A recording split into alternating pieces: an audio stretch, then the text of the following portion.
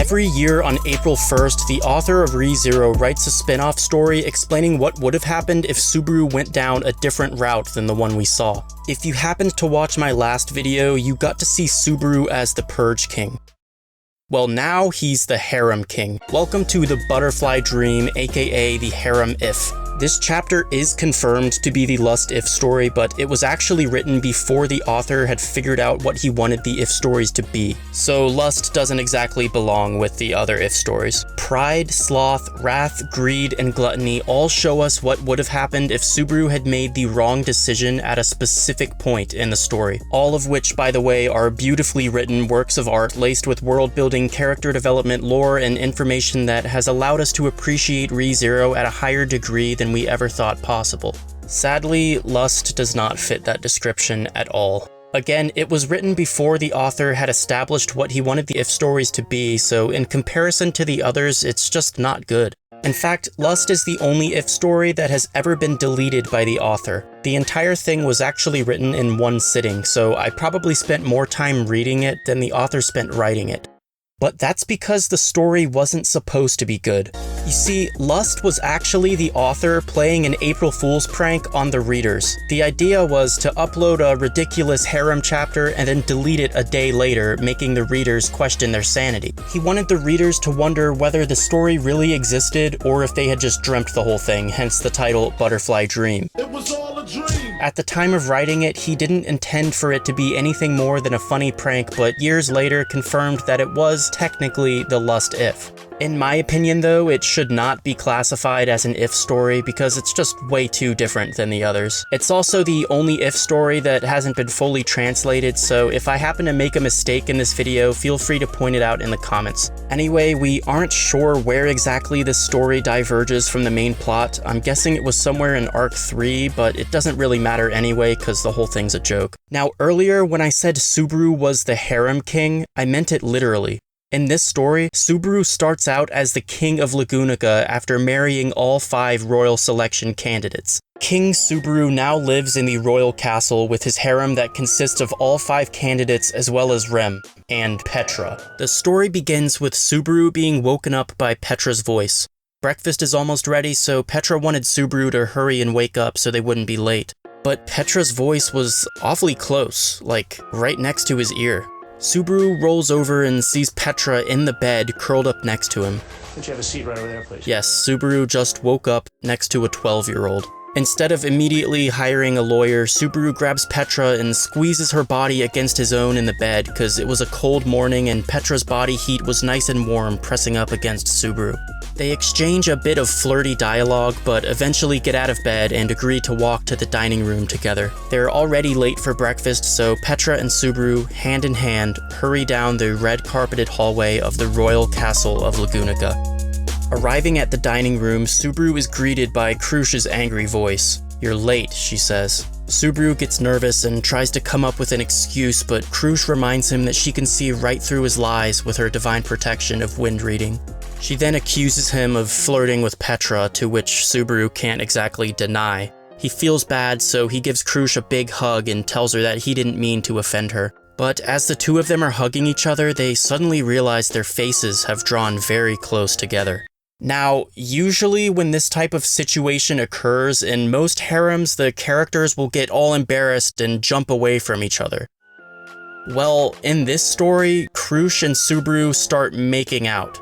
I'm talking tongue action and everything just right there in the middle of the dining room. Anyway, Crusch is suddenly depicted as delicate and feminine. As she's kissing Subaru, her eyes start to water and her ears turn red. But as soon as the kiss is over, Crusch immediately switches back to her normal, more masculine personality. All that kissing must have worked up quite an appetite, cause right after they're done, they just sit down next to each other and start eating breakfast like nothing happened. Subaru takes a bite and then the scene changes.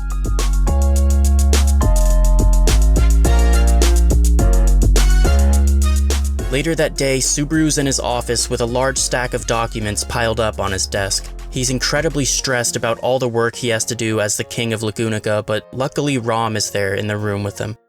Subaru begs her to help him with the documents, and after a bit of resistance, she reluctantly agrees. Unlike Subaru, Rom's clerical work is surprisingly fast and efficient. Subaru notes that it's probable that Rom had also been doing office work behind the scenes at the Roswell mansion. He briefly watches Rom's profile facing the documents and observes her tense, emotionless expression. A smile from Rom is extremely rare, but when it does emerge, it reminds Subaru of a beautiful flower that only blooms about once a year.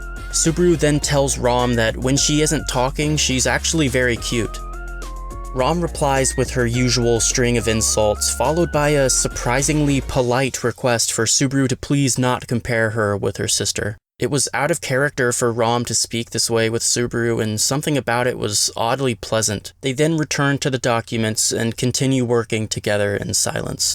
Suddenly, the door bursts open and Priscilla barges in, announcing that it's her turn to spend time with Subaru. Subaru completely ignores her and continues working on his documents, but Priscilla kicks over the table in anger. Subaru rushes to catch the fallen items and tries to pick everything up off the floor, and after confirming that nothing's been broken, he sighs and explains to Priscilla that he's been really busy with all these documents. It's then revealed that Subaru's been bringing new technologies to ReZero. For example, he used a small fire crystal to create a portable furnace, or as we call it, a lighter. That way, people can cook stuff even if they can't use fire magic. By the way, in Obereru, Subaru made most of his money by doing this same kind of thing, so maybe this helped him convince all the candidates to marry him, I don't know. But this whole concept of bringing new inventions to the ReZero world seems to be pretty common for Subaru across all the timelines. Anyway, he tries to show Priscilla the lighter, but it malfunctions and the fire crystal starts overheating. In a few seconds, it'll explode in Subaru's face, causing possibly fatal injuries.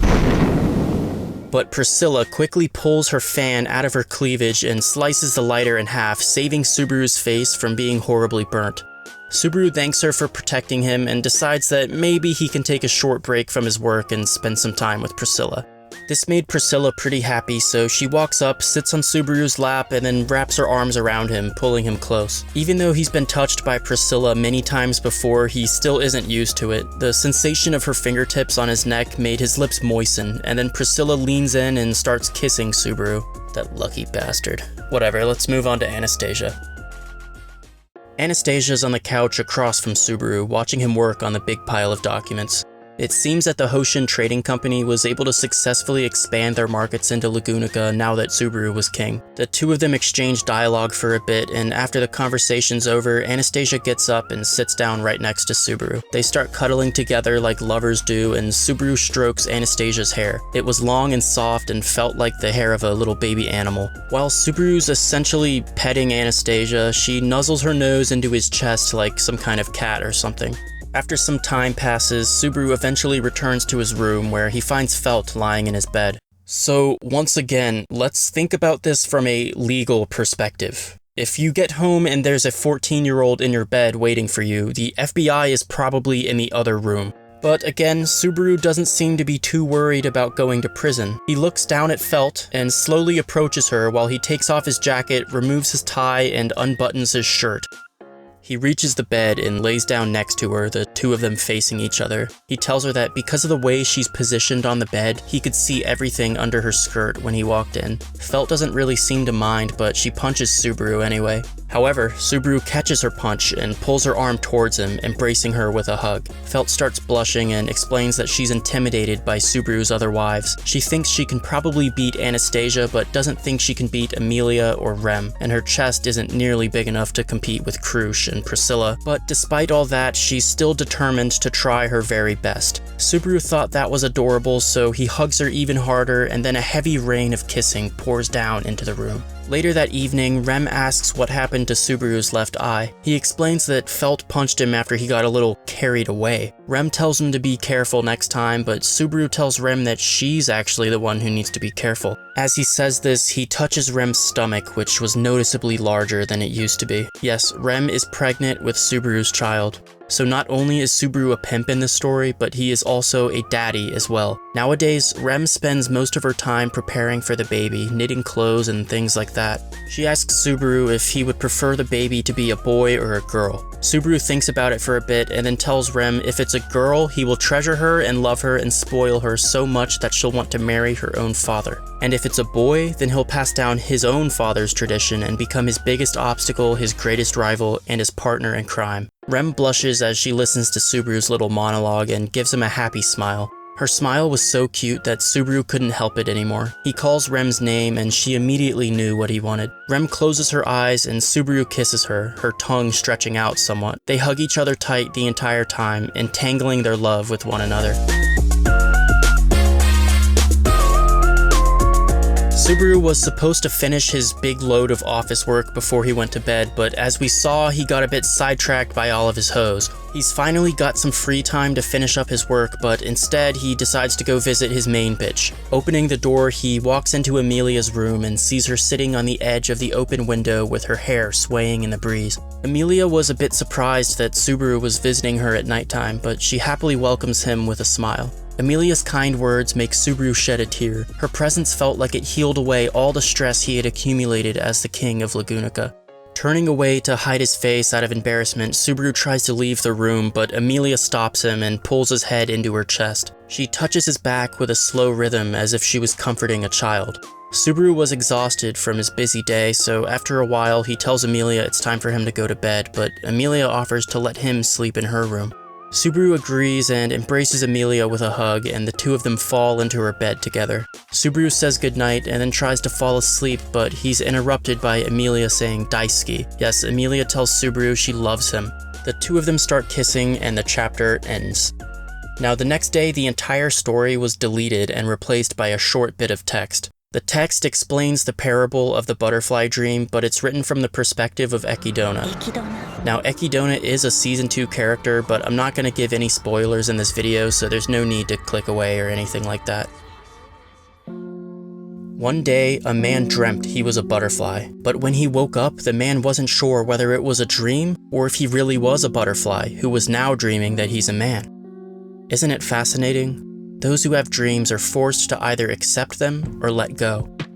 Perhaps a dream held such weight that the dreamer themselves lost sight of reality. Would they then consider reality a dream? And what of someone who has many dreams, each with their own characteristics? Which of those dreams is reality to them? I wish I could be there to find out. The end. So yeah, that crazy harem story was replaced by some poetic words about confusing dreams with reality, which is what the author intended this story to be. Remember, all of this was a prank. The Lust If wasn't supposed to be in the same category as the other If stories, so it wouldn't be fair to compare it with them.